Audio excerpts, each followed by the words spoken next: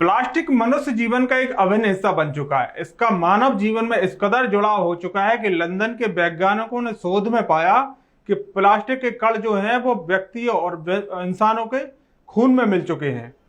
ये पुरानी बात हो चुकी है कि जब मनुष्य के खून में जोश, जुनून, जोश इत्यादि दौड़ता था, लेकिन आजकल प्लास्टिक दौड़ता है।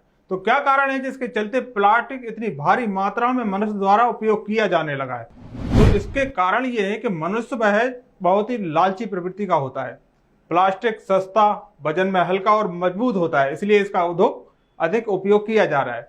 मैं आपको एक चौंकाने वाला आंकड़ा बताने वाला हूं कि पूरी दुनिया में लगभग 40 करोड़ टन वेस्टेज प्लास्टिक हर साल हम निर्मित कर रहे हैं। इसमें से मात्र 9% ही रिसाइकल किया जाता है और बाकी डंपिंग यार्ड और हमारे आसपास और बाकी का समंदरों में तैर रहा है।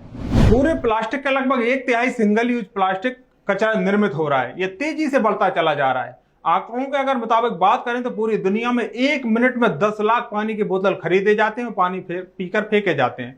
चलिए आपको थोड़ा, आप चौंक गए होंगे इस तरह की खबर सुनकर। चलिए आपको थोड़ा और चौंका देता हूँ, सोचने पर मजबूर कर देता हूँ कि प्लास्टिक के जो मजबूत आइटम होते हैं उन्हें नष्ट होने में लगभग 1000 साल लगते हैं, और जो पानी की बोतल से आप पानी पीते हैं उसको नष्ट होने में 450 साल लगते हैं, और पॉलीथीन को नष्ट होने में 20 साल लगते हैं।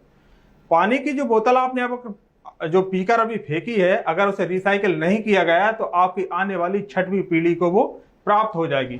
माना कि लोगों को पुश्तैनी चीजें प्यारी होती हैं, लेकिन हम नहीं चाहते कि हमारी आने वाली पीढ़ी को विरासत में हम कचरा देकर जाएं। नमस्कार दोस्तों, मैं राजेश धाकड़, आप देख रहे हैं सत्य डे न्यूज। तो क्या कारण है जिसके चलते प्लास्टिक इतनी मात्रा में, भारी मात्रा में उत्पादन किया जा रहा है? तो हम देखेंगे तो स्थायी तौर पर जो उपयोग होने वाली प्लास्टिक की जो वस्तुएं होती हैं वो लंबे समय तक चलती हैं, उनकी उम्र भी ठीक ठाक होती है। लेकिन असली संकट यहाँ उत्पन्न होता है सिंगल यूज प्लास्टिक से। जैसा कि मैं पहले भी बता चुका हूं कि 1 मिनट में 10 लाख बोतलें पानी की पूरी दुनिया में खरीदी जा रही हैं। जैसे chips, food packet, home delivery, online item, इस तरह की जो चीजें हैं जो सिंगल यूज प्लास्टिक होती है, ये सबसे बड़े खतरे दुनिया में उत्पन्न कर रहे हैं और कचरा फैलाने में इनका मूल योगदान है। अगर भारत की बात करें तो इसमें कारण इसके सेम है। 3 बड़े कारक हैं जिनके कारण प्लास्टिक का उत्पादन होता है, कचरा पृथ्वी पर फैलाने में उनके मुख्य योगदान रहते हैं। तो सबसे पहले हम बात कर लेते हैं प्लास्टिक बनाने वाली दुनिया भर की बड़ी कंपनियों की। कुछ खास कंपनियां हैं जो लगातार प्लास्टिक बड़ी मात्रा में बनाती हैं और दुनिया तक पहुंचाती हैं। तो लोग कहते हैं कि उनकी क्या गलती है, मांग होगी तो वह उत्पादन करेंगी, उसमें उनका कोई गलती नहीं है। लेकिन हम बात यहाँ उत्पादन ही नहीं कर रहे हैं, हम बात कर रहे हैं रिसाइकिल की। कंपनियां बेतहाशा माल बनाती चली जा रही हैं, रिसाइकिल की तरफ उनका कोई खास ध्यान नहीं है। एक तरह से देखा जाए, जैसे ही मैंने पहले भी बताया था कि टोटल बनाए गए जो प्लास्टिक है उसका मात्र 9% रिसाइकिल किया जाता है। तो कुल मिलाकर बात है कि कंपनियां अपना मुनाफा कमाने के लिए प्लास्टिक को बेतहाशा बनाए जा रही हैं, लेकिन रिसाइकिल की तरफ कोई ध्यान नहीं दिया जा रहा है।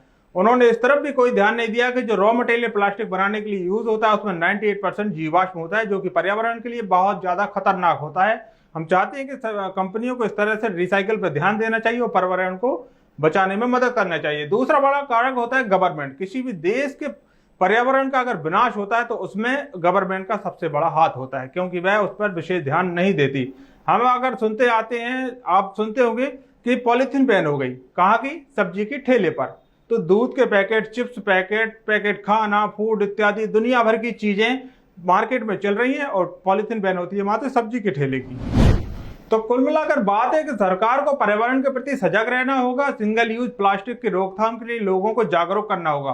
सिंगल यूज प्लास्टिक की जगह कोई दूसरी ऐसी वस्तु लानी होगी जिससे पर्यावरण को सुरक्षित बचाया जा सके और नुकसान ना पहुंचाती हो और वह आसानी से मिट्टी में घुल जाती हो। भारत सरकार ने इस पर कदम उठाते हुए चिंता जताई और कंपनियों को रिसाइकिल के लिए कुछ नियम बनाए और ये जिम्मेदारी सौंपी गई कि अगर आप जितनी आप प्लास्टिक बनाते हैं उसका लगभग अभी 50% आप उसको रिसाइकिल के रूप में करेंगे। ये हिदायत अब भविष्य में देखते हैं कि इस पर किस हद तक अमल किया जा सकता है।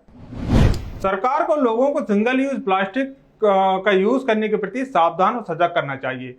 सरकार अपने गुणगान गाने के लिए टीवी पर लगातार विज्ञापन दिखाती रहती है, लेकिन अगर सरकार चाहे तो विज्ञापन दिखाकर लोगों को जागरूक कर सकती है कि कैसे छोटी छोटी चीजें लोगों के दिमाग में घर कर जाती हैं और सिंगल यूज प्लास्टिक का उपयोग कम करने से वे इस तरह के पर्यावरण को फायदे दे सकते हैं। अगर हम दूसरे देशों की बात करें तो उन्होंने इसके लिए क्या कदम उठाए, तो तंजानिया एक देश है। तंजानिया का नाम आपने पहले भी सुना होगा। भारतीय जहां एक भारतीय गाने गाता हुआ भाई बहन का एक जोड़ा है, जिसके मन की बात में मोदी जी ने भी जिसकी बात की थी। आप देखेंगे उनके पीछे कितनी हरियाली और स्वच्छता है। तो सरकार ने वहां इस तरह से कदम उठाए कि बहुत ज्यादा मात्रा में लोगों पर और कंपनियों पर जुर्माने लगाए, यहाँ तक कि लोगों को जेल में तक डाला। पॉलिथीन की मोटाई को सेट कर दिया कि इससे ज्यादा अधिक मोटी आप नहीं बना सकते। कोरिया तीसरा सबसे बड़ा प्लास्टिक वेस्टेज उत्पादक का देश है। उसने अपने लोगों को सजग बनाने के लिए प्रेरित किया। जब वे बाजार जाते हैं तो अपना झोला लेकर जाते हैं और कप लेकर जाते हैं। अगर उन्हें कॉफी पीनी होती है तो वे अपने स्वयं के कप में पीते हैं और उसे धोकर वापस ले आते हैं। इस तरह की छोटी चीजें भी पर्यावरण में मदद के लिए बहुत कारगर साबित होती हैं। प्लास्टिक कचरा निर्मित करने में अमेरिका सबसे अग्रणी देश है।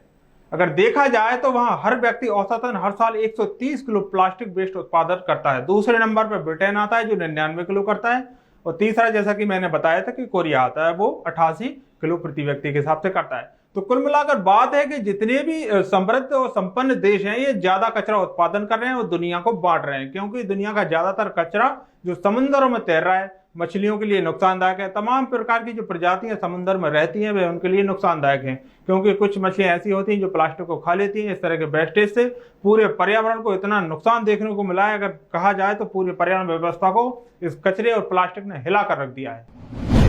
अगर इसके उपायों की बात करें तो सरकार को इसमें सबसे बड़ी भागीदारी निभानी होगी और इंसानों को भी इसकी जिम्मेदारी है। इंसानों मतलब हमारी जिम्मेदारी और कंपनियों की जिम्मेदारी है। तीनों के तालमेल बनाकर ही समस्या से निपटा जा सकता है। जैसे भारत सरकार ने शुरुआत करते हुए अप्रैल मई में चम्मच, कांटे, आइसक्रीम की डंडियां इत्यादि चीजों को प्लास्टिक की जो सिंगल यूज की थी उन्हें बैन कर दिया गया और कंपनियों को हिदायत और निर्देश दिए गए कि रिसाइकिल की जिम्मेदारी उनकी है। एक देश जम्बिया है वहां जिसने शुरुआत करते हुए सबसे ज्यादा अपने जो वेस्टेज है उससे पेट्रोल और डीजल बनाना शुरू कर दिया है, क्योंकि आपको पहले भी बताया गया था कि 98% जीवाश्म प्लास्टिक में होता है। वे यूज करते हैं रबर और दूसरे वेस्टेज आइटम और प्लास्टिक, तीनों को मिलाकर वो इस तरह से पेट्रोल डीजल का निर्माण कर रहे हैं। अभी शुरुआती लेवल है। उन्होंने बताया कि अभी स्टार्टअप के तौर पर देखा जाए तो 1.5 टन वेस्टेज से उन्होंने 600 से 700 लीटर पेट्रोल डीजल का निर्माण बना लिया गया है और इसमें इन्वेस्टमेंट की अब इन्हें और ज्यादा जरूरत है जिससे इसे बड़े लेवल पर किया जा सके। देश के लगभग 30% तेल की जरूरत वो यहाँ से पूरी कर सकते हैं, ऐसा उनका मानना है। तो एक तरह से एक अच्छी शुरुआत है। पूरी दुनिया को इस तरह के प्लांट लगाना चाहिए और इससे फायदा यह होगा कि प्लास्टिक तो नष्ट होगा ही, साथ साथ हमें डीजल और पेट्रोल भी मिलेगा। सरकार को इको फ्रेंडली जो एक सप्लीमेंट है उनकी तरफ ध्यान देना चाहिए। IIT दिल्ली के 3 छात्रों ने धान की पराली से प्लेट्स इत्यादि चीजें बनाई थी जो कि सिंगल यूज प्लास्टिक की जगह पे यूज की जा सकती हैं। हम देखते हैं कि पराली भी एक तरह से पर्यावरण प्रदूषण के लिए कितना बड़ा संकट है। जब पराली पंजाब में, हरियाणा में जलाई जाती है तो पूरा दिल्ली धुआं धुआं हो जाता है। तो सरकार को चाहिए कि इस तरह के इनिशिएटिव आइडियाओं को प्रोत्साहन देना चाहिए, फंड उपलब्ध कराना चाहिए जिससे हमारे पर्यावरण को बचाया जा सके। इस तरह के उपाय ही कुछ ऐसे होंगे जो कि इन संकटों से हमें बचाएंगे। इस तरह की देश और दुनिया की खबरें देखने के लिए बने रहिए सत्य डे के साथ। नमस्कार।